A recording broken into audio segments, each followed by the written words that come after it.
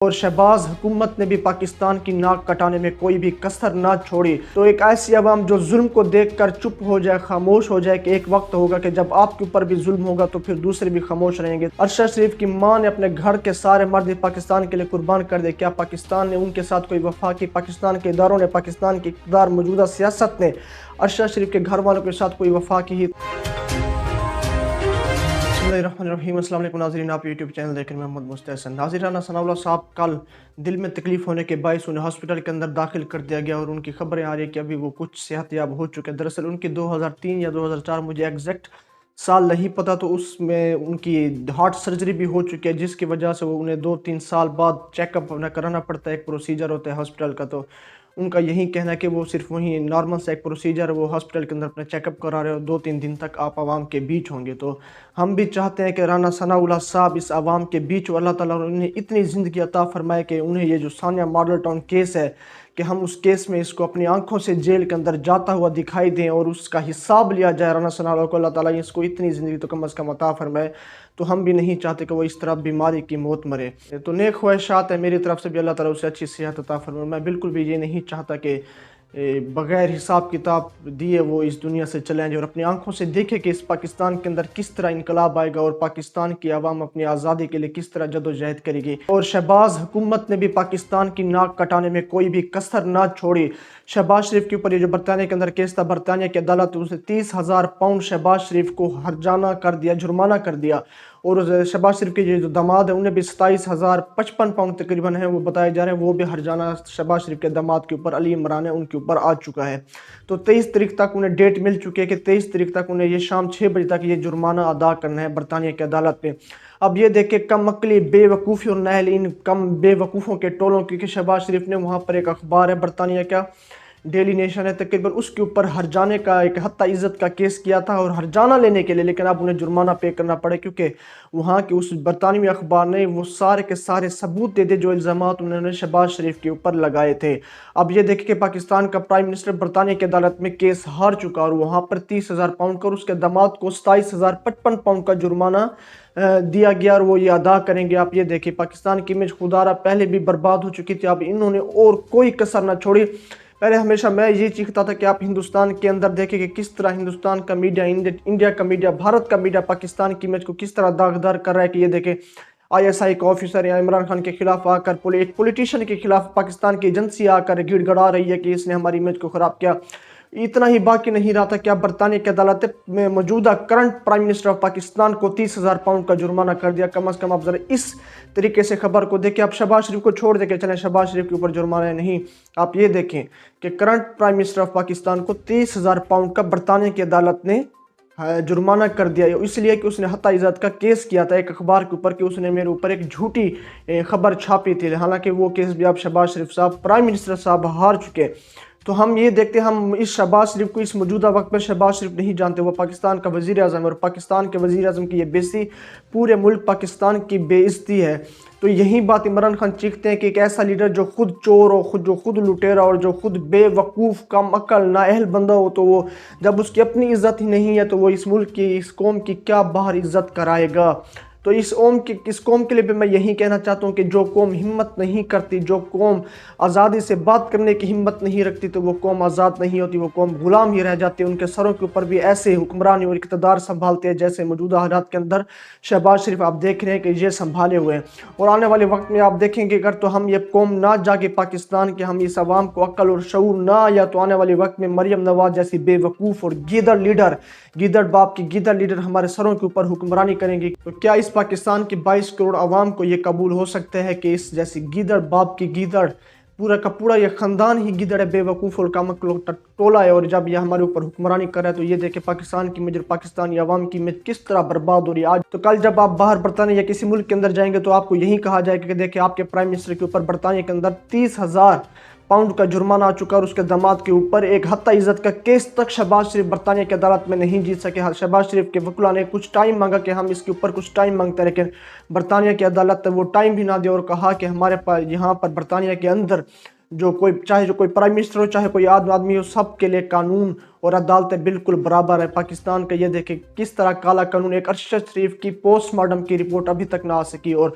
इमरान खान साहब के ऊपर ये जो हमला हुआ तो उसके अंदर जो मुअज्जिम भाई शहीद हुए थे, जो मारे गए थे गोली की वजह से, तो उसकी तो पोस्टमार्टम रिपोर्ट आ चुकी है। अभी तो 4 दिन 5 दिन हुई अरशद शरीफ के हालात आप देख लें, अभी तक पोस्टमार्टम रिपोर्ट ऑफिशियली तौर पर जारी नहीं की गई उनके घर वालों को। और पिम्स हॉस्पिटल के ये जो डायरेक्टर हैं, तो आप उनके भी हालात देख लें, किस तरह 2 नंबरी और दोगलापन का मुजाहरा करते हुए उन्होंने जियो न्यूज़ के ऊपर कहा था कि मेरे से जो है अरशद शरीफ के घर वालों ने कोई रिपोर्ट तलब ही नहीं की, मांगी ही नहीं। तो उन डायरेक्टर साहब का ये कहना ही था कि कुछ टाइम के बाद अरशद शरीफ के घर वालों ने वो लेटर जारी कर दिया कुछ ही दिन पहले का, जिसके ऊपर डेट अनाउंस थी जब उन्होंने वो लेटर लिखा था कि डीजी पिम्स हॉस्पिटल के डायरेक्टर ऑफ पिम्स हॉस्पिटल को कि हमें अरशद शरीफ की रिपोर्ट, पोस्टमार्टम रिपोर्ट दी जाए। लेकिन यहाँ पर भी आप देखिए पिम्स हॉस्पिटल के डायरेक्टर को किस तरह काला मुखौटा पहने हुए एक टोले का साथ देते हुए देखा जा सकता है। तो खुदारा पाकिस्तान के अवाम को मैं यही कहूँगा कि आप जाग जाएं। एक ऐसी इक़्तिदार में बैठी हुई बेवकूफ़ नाअहल हुकूमत जो अपनी इज़्ज़त खुद नहीं करा सकती, वो इस कौम की इज़्ज़त खुद क्या कराएगी। तो एक ऐसी अवाम जो जुल्म को देखकर चुप हो जाए, खामोश हो जाए, कि एक वक्त होगा कि जब आपके ऊपर भी जुल्म होगा तो फिर दूसरे भी खामोश रहेंगे। तो अरशद शरीफ की बात मैं करता चलूँ कि अरशद शरीफ के मामले में हमने अरशद शरीफ के घर वालों और अरशद शरीफ से वफा नहीं की। जब वो बाहर मुल्क छोड़ कर गए थे तो वो अकेले थे, लेकिन जब हम अपने जिंदों की कदर नहीं करते, मरने के बाद हम कहते हैं कि वो अच्छा बंदा था, वो ये था, वो तो काश वो अगर वो जिंदा होते, हम इतनी आवाज़ तब अरशद शरीफ के लिए उठाते, तो आज ये वक्त हमें ना देखना पड़ता, ना अरशद शरीफ के घर वालों को देखना ना पड़ता। अरशद शरीफ की माँ ने अपने घर के सारे मर्द पाकिस्तान के लिए कुर्बान कर दे। क्या पाकिस्तान ने उनके साथ कोई वफा की? पाकिस्तान के इदारों ने, पाकिस्तान की इक़्तिदार मौजूदा सियासत ने अरशद शरीफ के घर वालों के साथ कोई वफा की ही? तो देखने वाले हालात है। करंट सिचुएशन के अंदर पाकिस्तान के किसी भी सियासत या पॉलिटिशियन या मैं इदारा ही कह दूँ, किसी ने भी उनके साथ वफा नहीं कि अरशद शरीफ के वालिद ने पूरी ज़िंदगी नेवी के अंदर गुजार दी और अरशद शरीफ का भाई पूरी ज़िंदगी आर्मी के अंदर सर्विस देते हुए शहीद हो गया, और अरशद शरीफ के हालात भी आपके सामने। तो इसलिए मैं कहता हूँ खुदारा ये कौम जाग दो। जब तक आप जुल्म के खिलाफ किसी और के ऊपर जुल्म होता हुआ देखें तो आप अपनी आवाज़ को बुलंद करें। आपके पास मोबाइल है तो आपके पास दुनिया की सबसे बड़ी ताकत है, आप अपनी आवाज़ को बुलंद करें। जब आप दूसरे के ऊपर जुल्म होता हुआ देखकर अपनी आवाज़ को बुलंद करेंगे, कल आपके ऊपर जब जुल्म होगा तो ये दुनिया आपके लिए, पाकिस्तान की आवाम आपके लिए खड़ी होगी। आज अगर हम खामोश हैं, किसी के ऊपर जुल्म होता हुआ देख रहे हैं, तो कल हमारे ऊपर भी जुल्म हो सकते हैं और लोग ऐसे ही खामोश रहेंगे जैसा कि हम खामोश हैं।